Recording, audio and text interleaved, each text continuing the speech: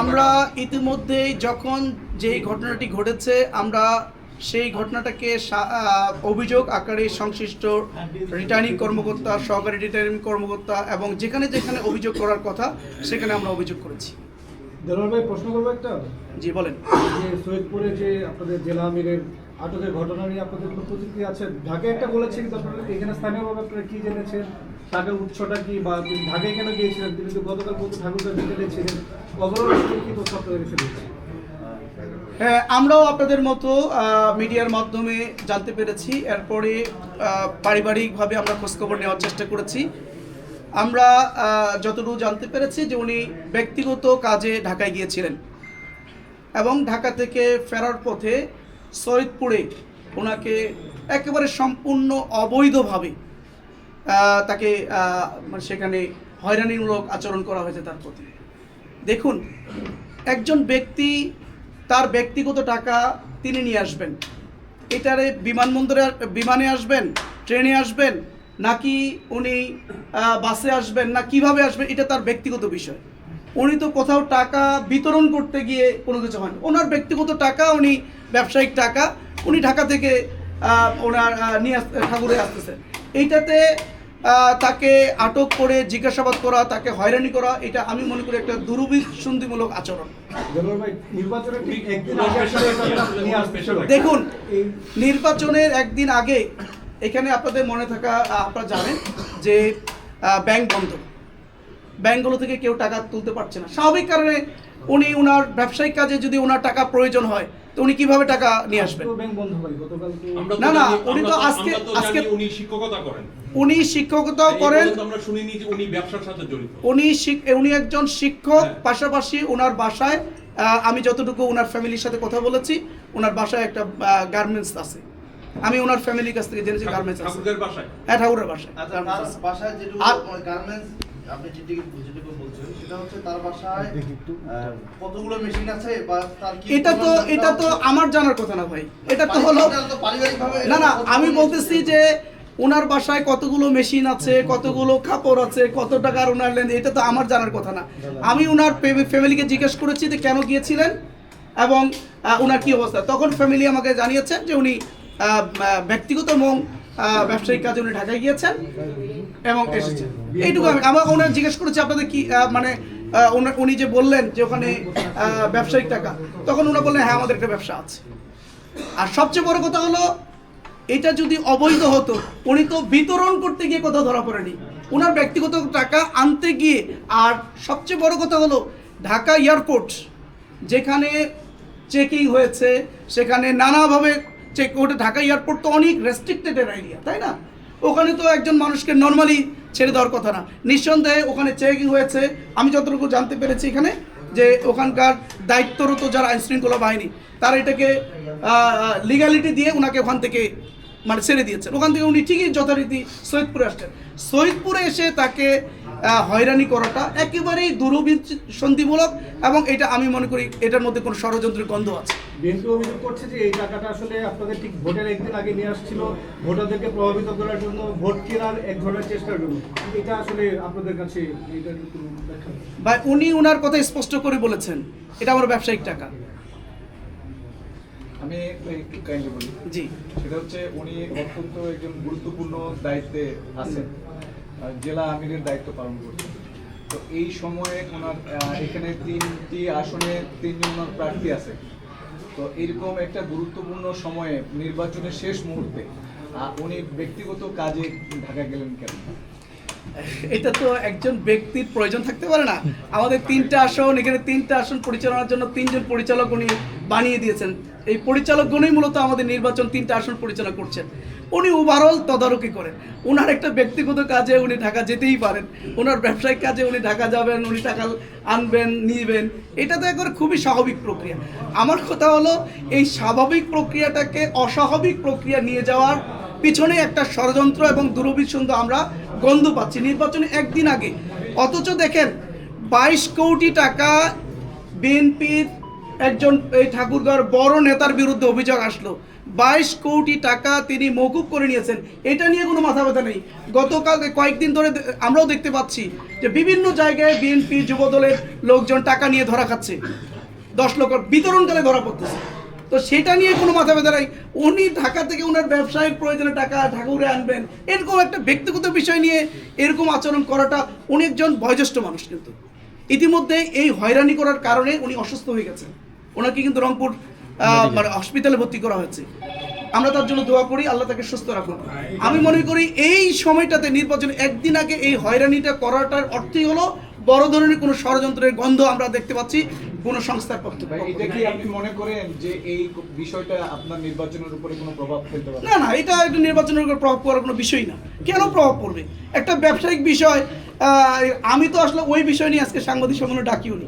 আমি সাংবাদিক সম্মেলন ডেকেছি, আমি এতদিন ধরে কাজ করলাম, আগামীকালের নির্বাচনের আগ মুহূর্তে আমি এটা বিপিন করবো। আপনারা প্রশ্ন করলেন বিধায় এটার উত্তর আমি দিলাম। তারপরেও তো আপনাদের উপরে একটা দায়িত্ব আছে। না, আমি মনে করি এটা আমার ভোটারদের উপরে কোনো ধরনের প্রভাব তৈরি করবে না, কারণ এটা কোনো অবৈধ জিনিস না, এটা কোনো মানে অ্যাবনর্মাল কোনো জিনিস না, এটা এস্টাবলিশড। এটা অবৈধ না, ঠিক আছে, কিন্তু উনি একটা গুরুত্বপূর্ণ ভূমিকা পালন করে ঠাকুরগাঁও ডিস্ট্রিক্ট। তো উনি এই যে ইলেকশন মুভমেন্টে আজকে শেষ দিন উনি যে এই টাকাটা নিয়ে আসছে, এটা সম্পর্কে ভাই আমি তো এই কথা বারবার বলেছি, এর প্রশ্নটা তো বলেছি। নির্বাচনের যে পরিবেশ নিয়ে কথা বললেন, এখন হচ্ছে যে ফলাফল হবে সারাদিন ভোট শেষে, সেটা মানবেন কিনা এবং কিভাবে ভয় করা যাবে কিনা? আচ্ছা, এখানে রিটার্নিং কর্মকর্তা সহ এখানে নির্বাচন পরিচালনার দায়িত্বে যারা আছেন তারা বারবার আমাদেরকে আশ্বস্ত করার চেষ্টা করেছেন এবং তাদের প্রস্তুতিটা আমাদেরকে জানিয়েছেন যে আগামীকালকে নির্বাচনটাকে সুষ্ঠু, গ্রহণযোগ্য, নিরপেক্ষ এবং সুন্দর করার জন্য তারা যাবতীয় প্রস্তুতি গ্রহণ করেছেন। আমরা তাদের এই প্রস্তুতিমূলক কার্যক্রমটা শোনার পরে আমরা তাদেরকে সন্তুষ্টি প্রকাশ করেছি, কিন্তু আমি এটা বলেছি এটা নির্ভর করবে আগামীকালকে আপনাদের এই প্রস্তুতিটা কতটুকু আপনারা প্রয়োগ করবেন। কারণ ইতিমধ্যেই আমরা যতগুলো কমপ্লেন করেছি, আপনারা জানেন আমাদের বিলবোর্ড ভাঙচুর করা হলো, এটার কমপ্লেন আমরা করেছি, এটার সুরাহা পাইনি। আমাদের বিভিন্ন জায়গায় আমাদের কর্মীদেরকে মারধর করা হয়েছে, এটার কমপ্লেন করেছি, সুরাহা পাইনি।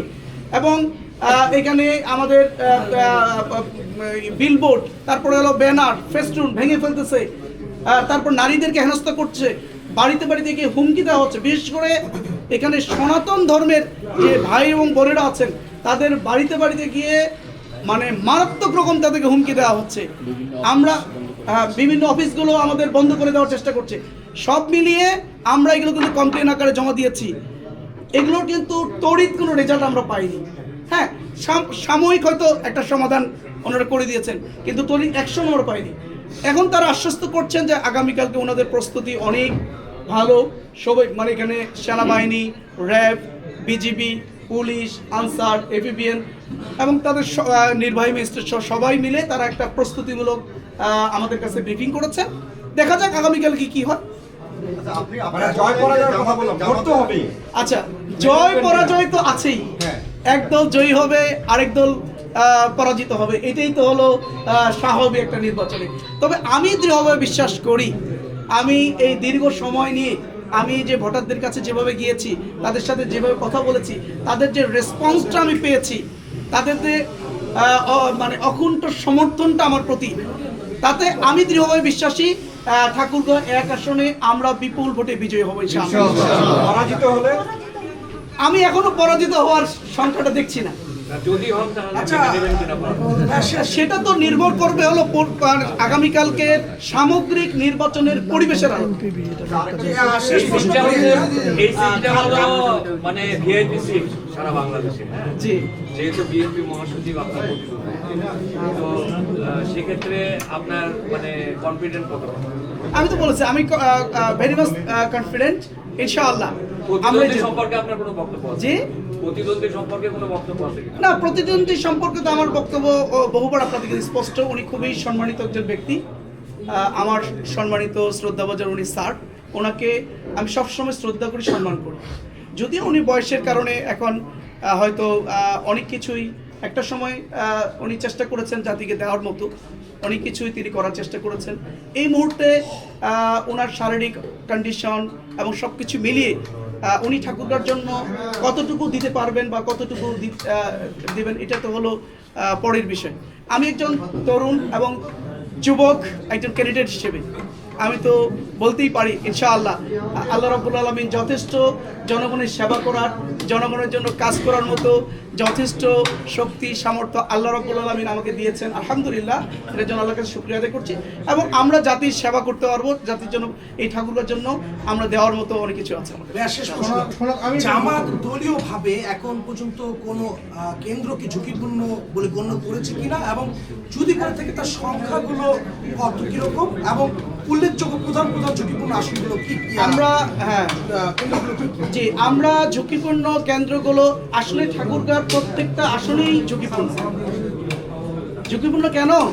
এখানে যখন একটা দলের পক্ষ থেকে বলা হয় যে ভোট পাবে দাঁড়িপাল্লা আর জিতবে হলো ধানের শীষ, বোঝাই যায় যে একদিকে তারা ভোট যে পাবে না জনগণের, এটা মানে তারাও বুঝে গেছে।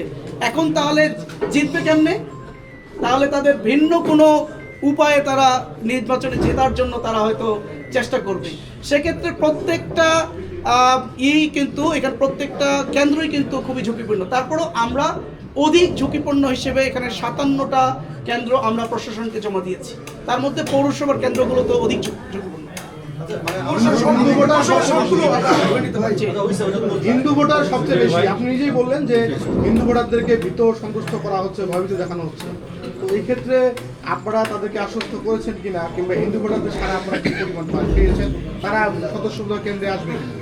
যে এটাই লাস্ট প্রশ্ন। আলহামদুলিল্লাহ, আমরা সকল হিন্দু ভোটারদের কাছে আমরা যাওয়ার চেষ্টা করেছি। তার আসলে খুব পরিকল্পিতভাবে তাদের কানে কানে গিয়ে নানা ধরনের মিথ্যা প্রচারণা তাদের কাছে চালানো হয়েছে। আমরা তাদেরকে আশ্বস্ত করেছি যে আমরা ক্ষমতায় আসলে আপনাদের সার্বিক নিরাপত্তা, আপনাদের ধর্মীয় স্বাধীনতা এবং আপনাদের সার্বিক বিষয়গুলো, এই 1.5 বছরে ওনাদের উপরে যে পরিমাণ জুলুম নির্যাতন হয়েছে, চাঁদাবাজি হয়েছে, দখলবাজি হয়েছে, তাদের উপরে যে মিথ্যা মামলা থেকে হয়রানি করা হয়েছে, তারা এটা তাদের কাছে খুবই স্পষ্ট। যার কারণে তারা যারা এই কাজটা করেছেন তাদেরকে তারা ভোট দিবেন না বলেই আমি বুঝতে পেরেছি। এবার আমাদের পক্ষ থেকে আমরা আলহামদুলিল্লাহ আমাদের পক্ষ থেকে কোনো নেগেটিভ কার্যক্রম তাদের উপরে কখনই ছিল, বরঞ্চ আমরা সহযোগী ছিলাম। তাদেরকে আমরা পাহারা দেওয়ার ব্যবস্থা করেছি, পূজার সময় মণ্ডপগুলো পাহারা দিয়ে তাদের স্বাধীনভাবে নিরাপত্তার সাথে পূজা উদযাপন করার সুযোগ করে দিয়েছি। বিভিন্নভাবে আমরা তাদেরকে আশ্বস্ত করে তারা আমাদের প্রতি কনভিন্স। ধন্যবাদ ধন্যবাদ।